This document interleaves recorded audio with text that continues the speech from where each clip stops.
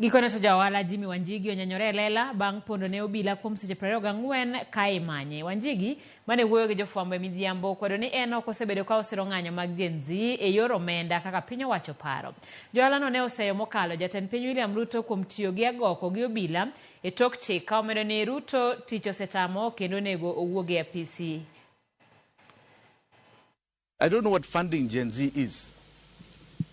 Let me be very clear, and I want you to catch me very clearly.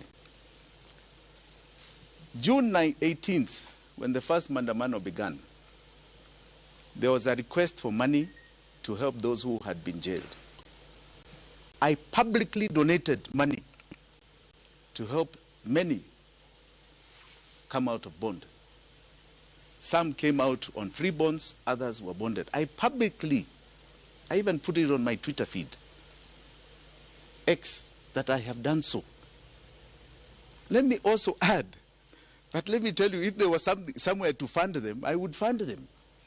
If there was some channel, I can take the little money I have to make sure that they have water and that they have toothpaste so that they can handle this tear gas that is illegally thrown at them. I would do it. Are they doing anything illegal? No.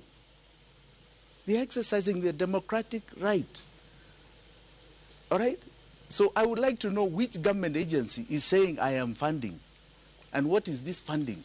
They are looking for scapegoats. They started with, I think, Russia. Then they went to Ford Foundation. Now it's Jimi Wanjigi. Please.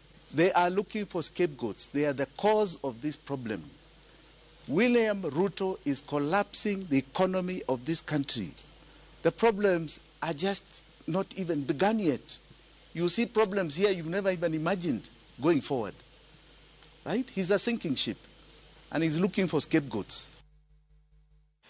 Odiochieng' achiel tok chamo mambo kuom jotend migepe osechako mana tich kokalo limo apisegi kara